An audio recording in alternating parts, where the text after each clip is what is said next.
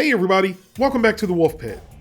Over Labor Day weekend, we had some friends over, and one of my friends wanted me to cook a brisket.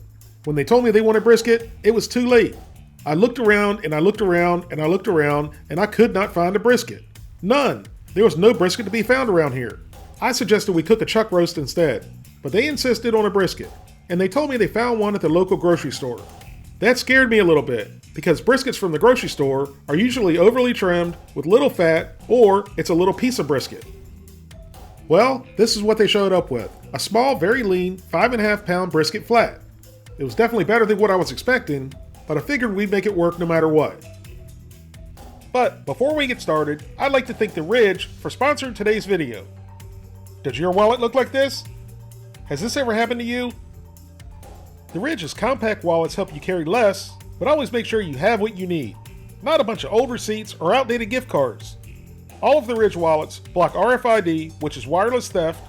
They hold 1 to 12 cards, come with a lifetime warranty, and they fit in your front pants pocket or your shirt pocket, which is where I've been keeping mine.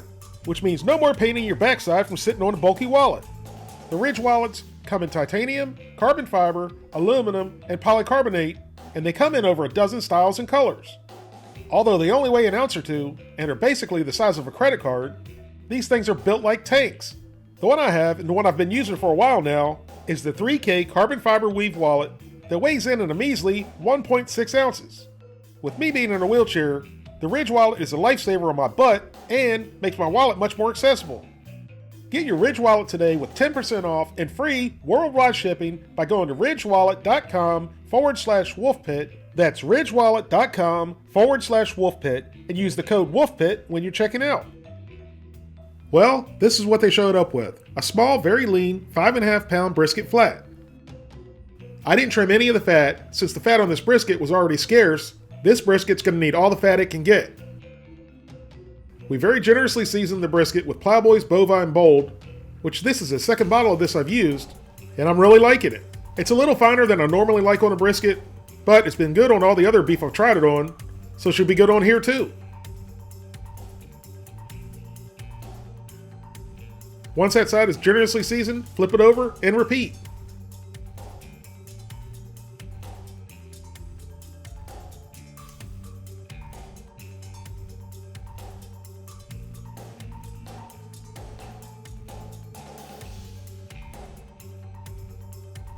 Once the brisket is seasoned on all sides, pop it into the fridge, and let's get our Lone Star Mini fired up. The Lone Star Mini is an insulated cabinet smoker that can be used as a dry smoker or a water smoker. Today we're going to use it as a water smoker. At the top of the Lone Star Mini, there's a fill line that you simply pour the water into.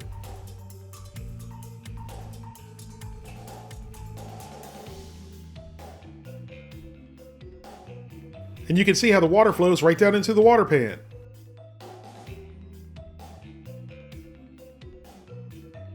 At this point of the cook, using the fill line isn't 100% necessary.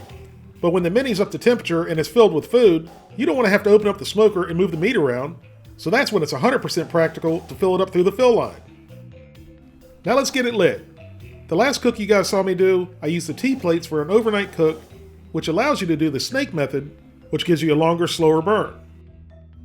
But today I've removed the T-plates, and I'm just going to use a loaded basket with leftover coals and fresh coals. Just like we always do, light a small area over on the left side where the air intake is with our hose torch.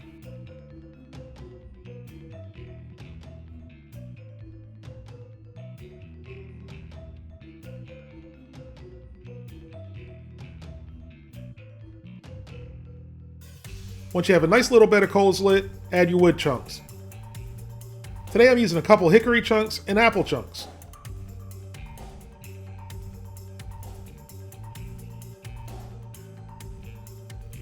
Now let that burn for about 10 minutes, then slide the charcoal basket back in the smoker, close the door, and open up the top vent 100% and the 2-inch ball valve 100%. Leave the vents wide open until the Lone Star Mini reaches around 200 degrees. Once the Mini's at or near 200 degrees, shut the top and bottom vent down 75%. The temps will continue to slowly rise, but they'll stop rising and settle in between 250 and 275 degrees. That'll take between 20 and 30 minutes. The smaller 1.5-inch ball valve is to drain the water and the grease from the water pan, which makes cleaning up a breeze. I'll show more of that in an upcoming video. Once the Mini is settled in between 250 and 275 degrees and you have a nice clean burning blue smoke, it's time to add the brisket.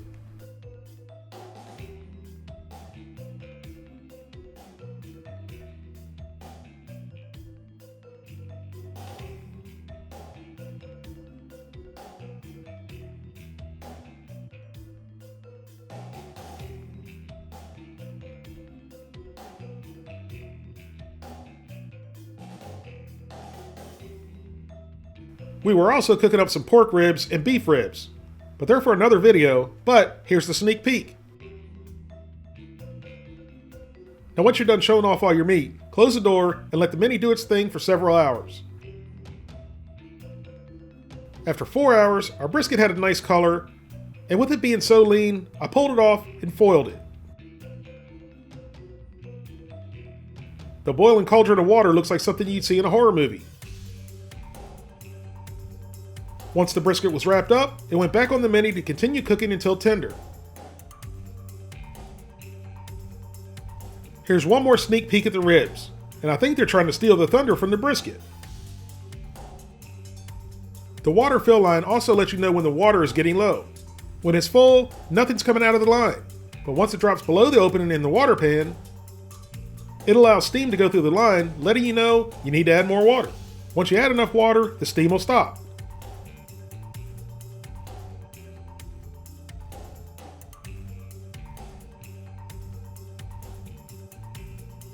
After a little over 7 hours, our brisket was probe tender, so we pulled it off the smoker.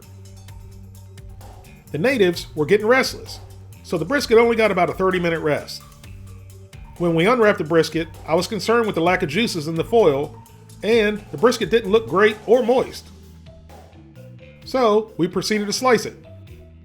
And the first couple slices were dry, as they are on most briskets.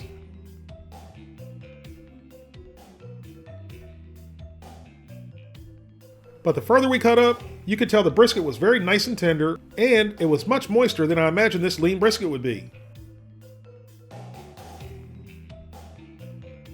It also had a nice little smoke ring.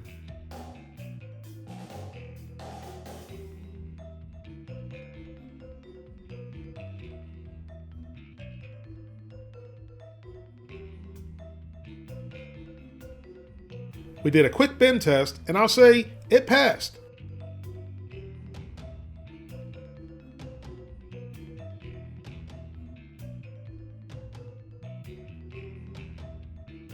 Once all the brisket was sliced, it was the moment of truth. How did it taste? Who am I kidding? We all know I was eating while we were slicing. But if I told you how it was before the end of the video, there'd be no climax. That would be like telling someone who the murderer is at the beginning of the movie. This is definitely not the prettiest brisket, but again, you can see it's a tender brisket.